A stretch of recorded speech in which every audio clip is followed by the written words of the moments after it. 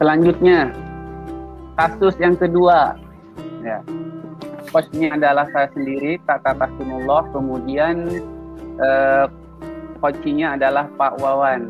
Ya, di sini kasus yang kedua, seorang murid bercerita jika dia merasa diperlakukan tidak adil oleh seorang guru.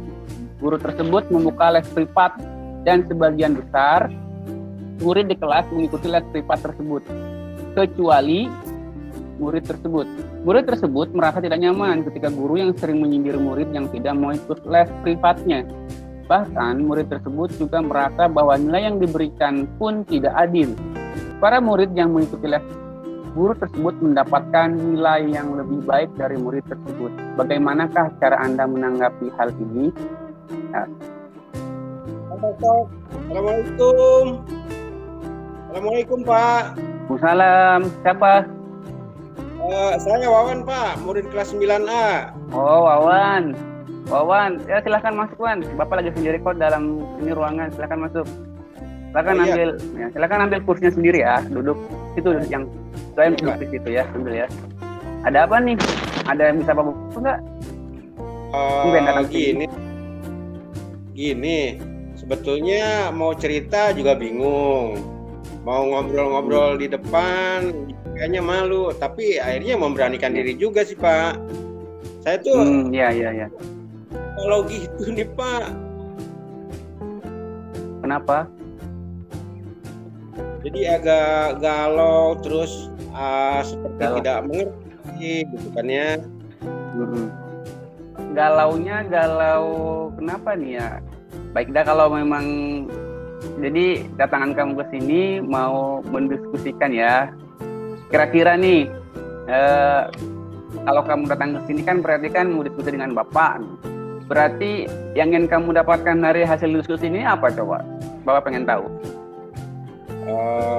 Gini Pak ya, semoga Bapak bisa bantu kegagalan yang saya alami selama ini, Pak. Gitu. Iya, kenapa? Saya itu galau, Pak, karena nilai saya sangat teman-teman yang lain, Pak. Gitu.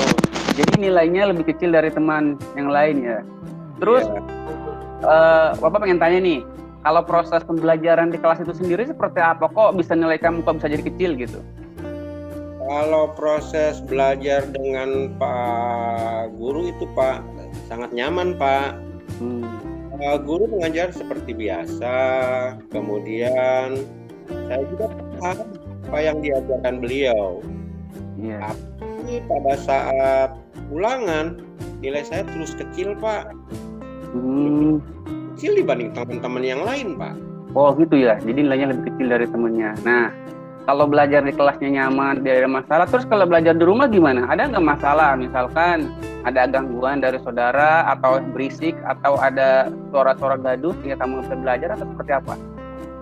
Kalau belajar di rumah, kayaknya nggak ada masalah deh, Pak. Saya bisa belajar dengan baik. Kemudian semua latihan saat di rumah juga saya kerjakan dengan baik. Bahkan saya menyediakan waktu tambahan yang lain, Pak. Iya. Berarti nggak ada masalah ya belajar di rumah juga. Nah, Bapak ingin tahu yang dapat nilai lebih tinggi dari kamu itu di kelas berapa orang sih kalau boleh tahu? Hampir sebagian besar, Pak. Sebagian besar ya? Iya. Dari sebagian besar anak itu, kamu sendiri pernah nggak nanyain, kenapa kok nilai kamu bisa besar gitu, cara belajarnya gimana? Tolong jawab gitu, seperti itu, pernah nanyakan seperti itu nggak? Pernah, Pak. Terus kata teman-teman, mereka itu ikut les privat, Pak. Les privatnya ya di Bapak Guru yang tadi. Memang Bapak Guru juga menawarkan, Pak, bahwa harus les privat ke rumahnya. Kemudian sebagian teman-teman, sebagian besar dari mereka ikut les privat di rumah itu, di rumah Pak Gurunya. Sedangkan saya kan rumahnya nggak jauh, Pak. Jadi dengan terpaksa saya tidak ikut sendiri di les privat itu. Kalau saya mau ikut les privat, pulangnya malam, Pak. Kalau pulang malam saya ikut. Jadi itu alasannya ya. Iya. Itu alasannya kamu nggak ikut les privat.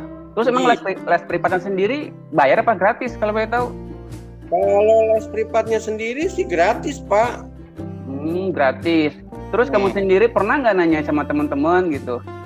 Gimana sih materi les privat itu apa saja sih gitu? Pernah nggak nanyakan seperti itu? Pernah, Pak. Saya bertanya kepada teman-teman, apa sih yang dipelajari di les privat Pak Guru? Teman-teman banyak yang mengatakan bahwa materi-materi yang diajarkan itu diulas kembali, Pak. Bahkan dalam dibanding waktu di kelas. Itu yang mereka ceritakan, Pak. Tuh. Terus gini nih, kan yang nggak ikut les privat kan bukan kamu saja, kan ada kan teman juga kamu yang les privat. Nah, nilainya itu seperti apa? Apakah rendah atau tinggi gitu? Tapi ada juga yang tinggi, Pak. Oh, ada yang rendah dan juga ada yang tinggi. Baik. Nah, sekarang berarti dari semua percakapan yang sudah kita, dialog yang sudah kita lakukan tadi, dari situ berarti apa yang harus kamu lakukan coba supaya nilai kamu itu tinggi? Mungkin kayaknya saya harus memaksimalkan diri saya sendiri deh, Pak. Menambah waktu belajar, kemudian berbagi waktu, meluangkan diri, belajar secara mandiri mungkin, Pak. Gitu. Terus selain belajar mandiri, waktu ada cara lain nggak selain yang tadi biar nilaimu bagus gitu, samalah dengan teman-teman ikut les privat, ada nggak cara lain? Kayaknya ada, Pak. Ada ya. Jadi, mungkin saya harus bertanya ke teman-teman saya yang ikut, Pak, yang ikut les privat. Teman-teman juga banyak yang baik, Pak, dan mereka menawarkan. Bahkan teman-teman bilang udah fotokopi dulu agar bisa kamu pelajari di rumah. Sebetulnya teman-teman semua juga pada baik, Pak. Baik ya, teman-teman, cukup baik. Terus sekarang nih, janji apa coba? Komitmen apa yang akan kamu lakukan supaya nanti tadi rencana itu berhasil coba?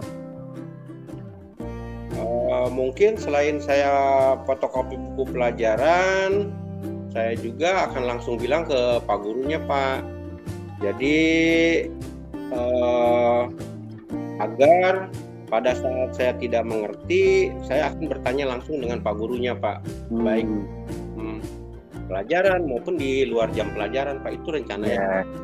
Selain ke